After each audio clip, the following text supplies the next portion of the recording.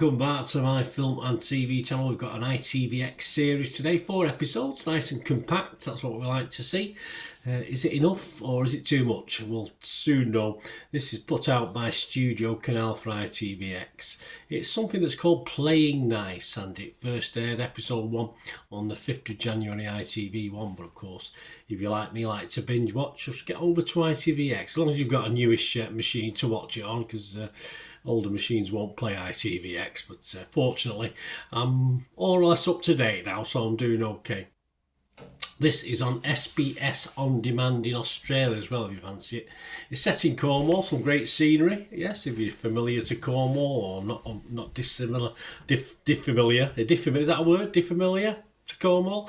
Yeah, it's a nice place to set out, especially when the sun's out. As long as it's not a storm or rain or snow, it's all right. And this is based on the book of the same name by a guy called J.P. Delaney. Sorry, my apologies, J.P. Delaney, maybe a lady, I don't know. I've not looked that up. James Norton stars in this. He also executive produces it. His teeth sorted out. Kate Hewitt directs this as well. Also stars, as well as James Norton, Niamh Algar, James McArdle, and Jessica Brown Findlay. What's it about? Well, it's a simple synopsis. 2 couples discover their toddlers were switched at birth in a hospital mix-up. Now, obviously, we'll put blame in where it's appropriate for that one as the series moves on, and they face a horrifying dilemma. Do they keep the sons they've raised and loved or reclaim their biological child?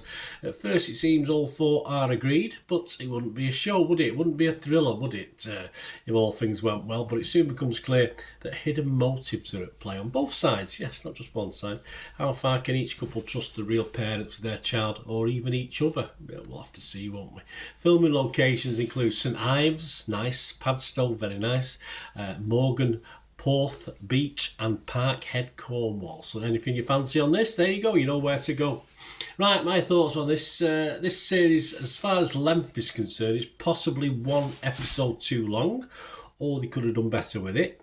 I'm not arsed about whether the accents are right. I've seen the criticisms of that. As long as they can act, I'm not bothered about accents and Cornish accents, Devon accents, or whatever accents they're trying to put on. The series pushes the boundaries, as you'd expect, of any good throwaway sort of pulp sort of thriller, psychological thriller. Pushes the boundaries of believability of what ordinary people may do in certain circumstances. But of course, if you do add a less than sane person, or a person who's with someone less than sane, or 2 into the mix, and you can sort of play along with it and think, yeah, you might do that under those extreme circumstances. Personally, with the extra episode, I would probably like to see a little bit more from the hospital's angle of investigation as well. It's all from the 2 couples, of course, but just as an extra little subplot, I wouldn't have minded that. I think there's mileage in that one, and I'm not really sure how close to the book this adaptation is, so you might know better than me, but let me know, guys, if you just how close to the book adaptation. You know, doesn't mean they can't have a bit of dramatic license, even if it does follow the book line for line. You know, they can add a little bits to it. Perhaps the book missed out. That's my opinion anyway. So there you go.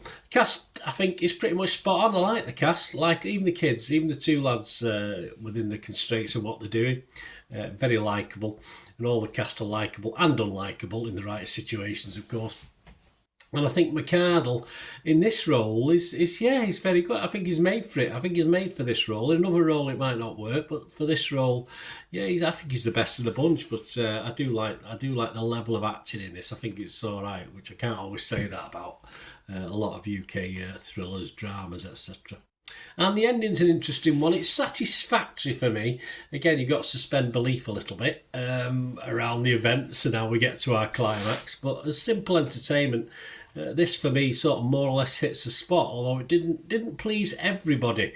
I'm going to give this a fresh rating on Rotten Tomatoes, positive on Metacritic, and I was just going to give it a watchable score, but I thought, no, I mean, considering some of the dross we get, And there's silliness in this, of course there is. I'm going to give it a 6.5 because I was entertained. It's as simple as that. So I'll give this a 6.5 out of 10. But as I said, other people are not overly impressed. Critically, the critics, I've got a couple of them here, are not overly happy with this. Rachel Oroesti, she's from The Guardian. She only give it 1 out of 5, 1 star out of 5 stars. She says James Norton's baby swap thrill is mind-bendingly bad. Well, yeah, but it can sometimes be that bad. It's entertaining. Calling ridiculous plot around a nauseating premise. Baby swapped at birth. One of their parents is a hellish sociopath. Makes for a hollow and unpleasant watch. This is the very worst of modern television. It's pap. It's pulp. It's just throwaway stuff, love. Don't get too deep about it. A witless mystery, overly reliant on insidious ambience and really nice houses. Yes, I do. I wouldn't mind the house. Yes, I have to agree with Independence. Nick Hilton was a little bit better. He give it 2 stars. He said, once Plain Nice has drifted from its nightmarish premise into this bland generic porridge, it loses both its tension and its purpose. It's a shame because there's a good human thriller buried in there. Yeah, they certainly could have done this a lot better. That's what I said about little subplots and stuff as well. A thriller buried in there about the interpersonal challenges of unriddling an unthinkable situation. But what we get instead is another whiplash-inducing, overripe shockfest which privileges handbrake, turns over steady handling. Yeah, there you go. So he didn't like it so much. Yes, it is a brain into neutral. Yes, I absolutely agree with the criticism that it could have been lots better. But if you think from a poorly sort of fluid head, cold life wrapped up on you, just wanted to sit down and watch something that wasn't too taxing. A cough-riddled January and my head hurts most of the time. It was all right. I didn't want anything too complicated, and this just about ticks the boxes as far as that's concerned. And as I said, yes, it could have been done a lot better. Without reading the book, I don't know if it's a good adaptation. And before we go, of course, we always like to see what Internet Movie Database is saying, and just over 300, so not a lot of scores and reviews, but it's getting a healthy 7 out of 10. But I can see this eventually ending up between 6 and a 6.5 out of 10. As I say, it's don't go into it expecting too high-powered thrills, and you'll be all right. It's just throwaway stuff, and that's for me at this point in time, early January 2025. That's absolutely fine. Let me know what you think, guys. Please stay tuned. You want ways of contacting my various socials will be popping up. And also, it's a new year. If you can help support the channel, I'll try and improve and work through the channel, make it better. If you want to support me and the channel, that'd be wonderful.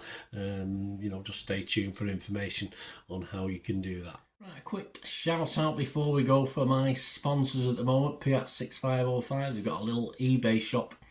They sell movie posters from the 1990s and 2000s, some great films, some great actors, so please check the link in the comments section below and you'll go straight to the shop. I dispatch everything between 24 and 48 hours, so if you see anything there, you want to order it, you can also mention my name. I mean, they are sponsoring me, so I do my little deal as well, so you can get 10% off. If you buy anything, just mention me, so say Bernard sent you, and they'll give you a 10% reduction on your order price. My thanks to PX6505. If you're interested in sponsoring the channel yourselves, guys, supporting the channel by sponsorship, just let me know. My socials are on screen there, so just contact me about that and we can have a chat.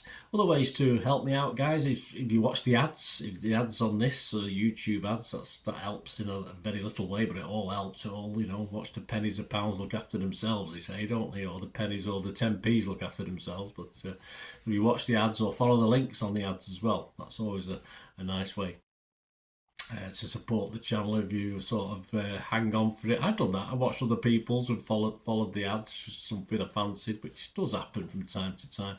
Of course, you can support me by pushing that subscribe button as mentioned earlier, and that's of course pressing the button so you know when these vlogs are coming out. And of course, I'm always interested in your opinions, and of course, if you can give us a like, that'd be wonderful as well. So thanks for watching, guys. Hopefully I'll join you very, very soon with something else. Until we meet again, I'll never ask one thing, don't I? Please stay safe, everyone. Bye for now.